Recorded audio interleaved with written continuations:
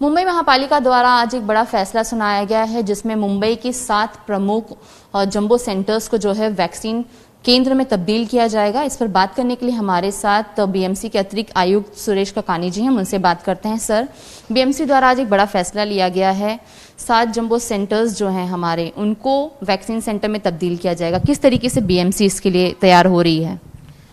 मुंबई में करीबन 50 लाख लोगों से भी ज़्यादा हमको वैक्सीन करना है।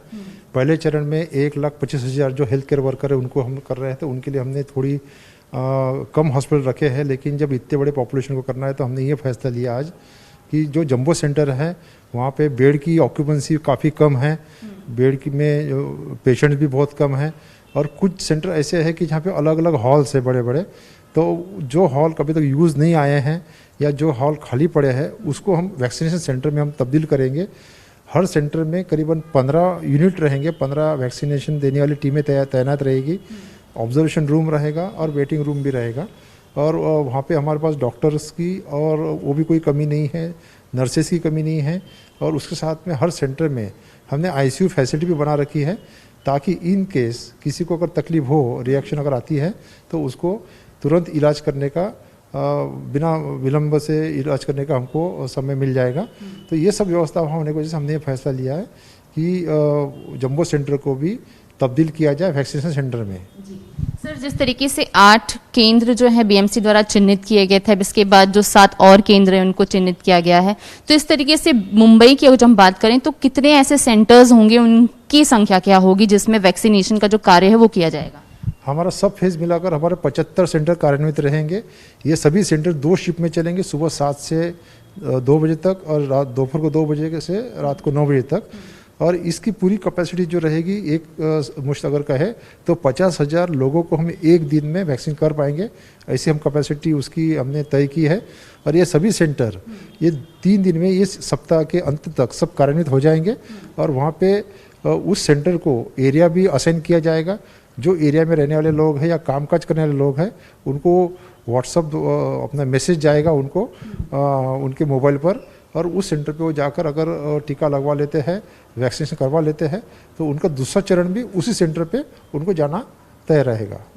सर, बीएमसी ने जो फैसला लिया है, इन सभी जंबो सेंटर्स जो कोविड सेंटर्स रहे हैं उनको वैक्सीन सेंटर में तब्दील करेंगे, तो ये एक लोगों के मन में डर रहेगा कि आखिर हम वहां जाएंगे तो वहां तो कोरोना के मरीज भी हैं पहले से, तो उसको लेकर किस तरीके की बीएमसी की तैयारी है कि क्या मरीजों को अलग रखा जाएगा, केंद्र अलग रखा जाएगा? जो मरीज़ है उनको अलग हॉल में रखा जाएगा, और जो हॉल खाली पड़े हैं उसको हम ठीक से उसको सैनिटाइज करेंगे। उसका एंट्री और एग्जिट दोनों अलग रहेगा, और उसके बीच में से एक हमने रास्ता भी रखने वाले हैं ताकि दोनों सेंटर में इधर से आपस में आवागमन ना हो। और इस तरीके से हम उसका मतलब प्रावधान करेंगे, और वहाँ पे पेशेंट अगर जाता है, कोई आदमी जाता है, तो उसको इन्फेक्ट होने का खतरा नहीं रहेगा। सर, हफ्ते भर में वैक्सीन आ जाएगी जिस तरीके से सीरम इंस्टीट्यूट को मान्यता मिल चुकी है इसमें, तो बीएमसी की क्या तैयारी होगी, किस तरीके से वैक्सीन लाया जाएगा, और फिर किन किन चरणों में और किन किन लोगों को जो है ये वैक्सीन दी जाएगी? वैक्सीन लाने के लिए और वैक्सीन स्टोर करने के लिए हमने जो सुविधा है वो बना रखी है। आज भी हमारे पास में करीबन 10 लाख से ज़्यादा वैक्सीन स्टोर करने की सुविधा है। अगले 3-4 दिनों में हमारे पास में और 90 लाख वैक्सीन स्टोर करने की सुविधा तैयार हो जाएगी, जो कांजूर मार्ग में है। वहाँ पे हमने 2 टेम्परेचर जोन रखे हैं, एक 2 डिग्री से 8 डिग्री का एक जोन रहेगा, और -25 डिग्री से -15 डिग्री तक दूसरा जोन रहेगा, ताकि कोई भी अगर वैक्सीन आती है तो उसको हमको स्टोर करने में तकलीफ नहीं जाना चाहिए। इसके बाद में ये जो टेम्पररी स्टोरेज है और परमानेंट स्टोरेज है, यहाँ से अलग अलग जो वैक्सीन सेंटर है उसका भी ट्रांसपोर्टेशन प्लान बना लिया है। हर सेंटर पे जाने के लिए या 2 सेंटर पे जाने के लिए एक व्हीकल रहेगा, उसमें सिक्योरिटी स्टाफ रहेगा, और उसमें कोल्ड चेन बॉक्सेस रहेंगे, ताकि जब हम ट्रांसपोर्ट करेंगे तो उसका टेम्परेचर नीचे ना जाए, इसका भी ध्यान रखा गया है। और इसके लिए हमने 300 बॉक्सेस हमारे पास में हमने तैयार रखे हैं वो टेम्परेचर मेंटेन करने के लिए। तो ट्रांसपोर्टेशन प्लान और उसके लिए आवश्यक जो सुविधा है वो हमने पूरी तरीके से तैयारी कर रखी है। जी सर। और जिस तरीके से 8 जो सेंटर्स हैं जिसमें खास तौर पर कंजूर मार्ग एक बहुत बड़ा वैक्सीन सेंटर है, जंबो सेंटर भी कहा जा रहा है, जिसकी स्टोरेज कैपेसिटी लाखों की संख्या में है, उसको लेकर तैयारी क्या बीएमसी की पूर्ण हो गई है? और बाकी अन्य सेंटर्स की बात करें तो ये वैक्सीन रखने के लिए पूरी तरीके से क्या तैयार हैं? बाकी अन्य सेंटर तो आज भी तैयार है हमारे पास में। आज भी अगर 10 लाख वैक्सीन हमारे पास आते हैं तो 10 लाख हम स्टोर करने की हमारी कैपेसिटी है। कांजूर मार्ग इस सप्ताह के अंत तक वो पूरा तैयार हो जाएगा और उसकी कैपेसिटी 90 लाख वैक्सीन स्टोर करने की रहेगी। सर, बीएमसी के लिए सबसे बड़ी चुनौती होगी जब वैक्सीन आती है, क्योंकि वैक्सीन को लेकर तरह तरह के भ्रम जो है अभी पैदा किए जा रहे हैं। चुनौती ये होगी कि जब लोग आते हैं वैक्सीन लगवाते हैं तो उसके बाद अगर जो पहले ट्रायल की वैक्सीन लग चुकी है, दूसरे ट्रायल की जो वैक्सीन है वो देखा गया है कि पहले चरण में ही पेशेंट्स जो हैं या तो आइडेंटिफाई नहीं किए जाते हैं या तो फिर वो दूसरे वैक्सीन के डर से नहीं आ पाएंगे। तो इसको लेकर बीएमसी कितनी तैयार रहेगी? इस पे हमने आईटी बेस किया है। जैसा कि मैंने कहा कि पहले चरण में हेल्थ केयर वर्कर है तो हेल्थ केयर वर्कर के कोई नंबर गलत ना हो, उसका नाम गलत ना हो, इसलिए जिस हॉस्पिटल ने या जिस व्यक्ति ने हमको नाम दिया है उसको हमने वेरीफाई करने के लिए भेजा है और वो वेरीफाई करने के बाद में उनका भी अपलोड हो जाएगा, उनका भी डाटा करेक्शन हो जाएगा। जिसको वैक्सीन देना है उसके मोबाइल पे मैसेज जाएगा, उसको कहाँ जाना है, कब जाना है, कितने बजे पहुँचना है, ये तय रहेगा। वो वैक्सीन लेने के बाद में उस पर दर्ज हो जाएगा कि आपने कौन सा वैक्सीन लिया है, कब लिया है और अगला वैक्सीन कब ड्यू है, ये भी उस पर आ जाएगा। और एक दिन पहले उसको मैसेज भी चला जाएगा और उनके अगर फ़ोन नंबर दिया है तो मैसेज भी चला जाएगा कि आपको कल वैक्सीनेशन के लिए जाना है, क्योंकि आपके 21 दिन या 28 दिन पूरे होने जा रहे हैं। तो इस तरीके से हमने किया है। इसमें लोगों में डर है ऐसा हमारे सुनने में है, तो हमने अलग अलग क्षेत्र के जो डॉक्टर्स हैं उनको भी मीटिंग लेकर बताया है कि अब आप अपने अपने एरिया में बताइए कि वैक्सीन ये अच्छी चीज़ है, इसमें कोई आपको घबराने की ज़रूरत नहीं है और ये पूरी जांच पड़ताल करने के बाद में परमिशन दी गई है। और इसके साथ ही अगर आपको वैक्सीन लेने के बाद में कुछ तकलीफ होती है या आपको ऐसा महसूस होता है कि मुझे कुछ हो रहा है, तो हमने वहाँ पे आईसीयू सेंटर और वहाँ पे जनरल वार्ड में भी हमने बेड आरक्षित कर रखे हैं ताकि ऐसे मरीजों को इलाज कर सके। तो पूरी तरीके से हमारी तैयारी है और हमने पूरी तरीके से खबरदारी भी ली है कि ताकि किसी को भी इसमें तकलीफ ना हो।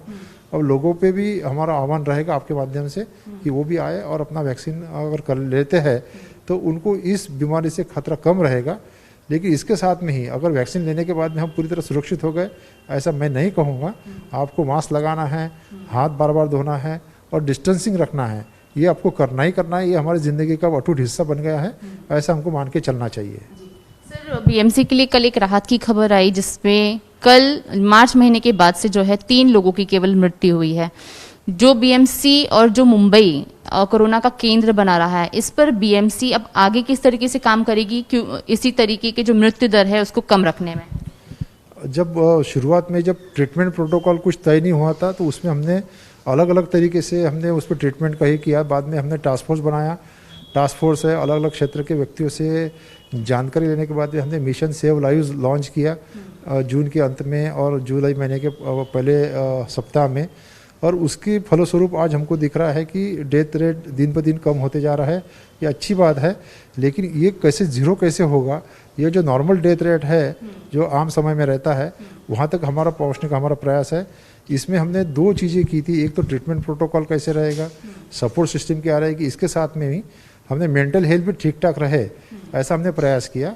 उसके लिए जैसा आप जानते हैं कि आइसोलेशन वार्ड में आईसीयू में रिश्तेदारों को मिलने की अनुमति नहीं रहती है, तो पेशेंट अकेला महसूस करता है, उसको तकलीफ हो सकती है।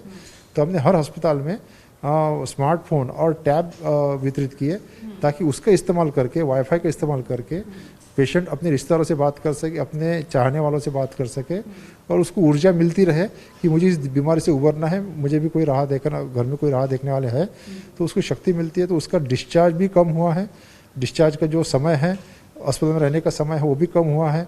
जल्दी डिस्चार्ज हो रहे हैं पेशेंट और जल्दी रिकवर भी हो रहे हैं और उसमें ज़िंदगी से लड़ने की उम्मीद भी जगी है। तो ये सभी कारणों की वजह से डेथ रेट हमको कम होता हुआ नज़र आ रहा है। लेकिन फिर भी हमारी जो प्रिपेयर्डनेस है, हमारा जो अलर्टनेस है वो कायम रहेगा, क्योंकि यूके वायरस का भी खतरा अभी हटा नहीं है। तो इसके लिए हम हमारी जो प्रिपरेशन है पूरी तरीके से हम तैयार रखेंगे।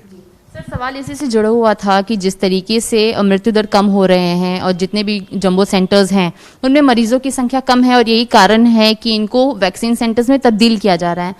मान लीजिए कि यदि यूके के स्ट्रेन का असर मुंबई में भी देखने को मिलता है, तो ऐसे समय में जिन जंबो सेंटर्स की जरूरत पड़ेगी, तो क्या उनको फिर से मरीजों के लिए तब्दील किया जा सकता है या अन्य जो फैसला है वो बीएमसी द्वारा लिया जा सकता है? जंबो सेंटर की जो बेड है हमने कुछ कम नहीं किए हैं, जो खाली पड़े हैं वही हम इस्तेमाल कर रहे हैं। जहाँ पे हमने भविष्य की प्लानिंग बोलकर हमने रखे थे उनको, तो वो हम इस्तेमाल कर रहे हैं।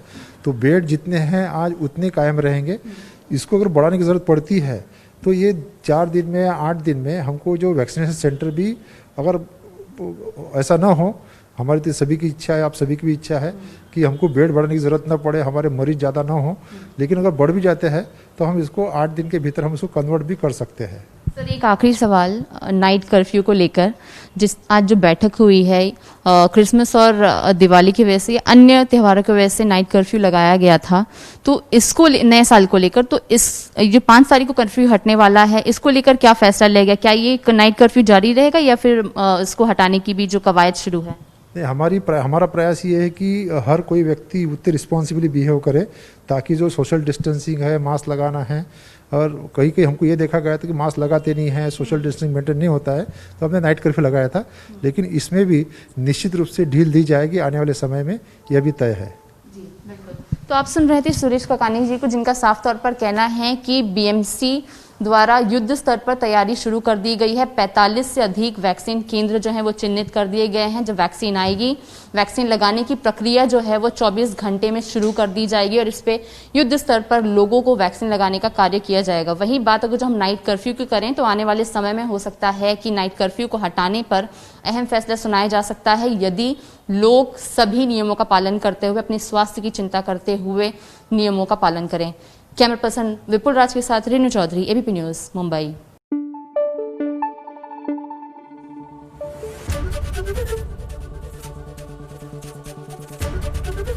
एबीपी न्यूज आपको रखे आगे।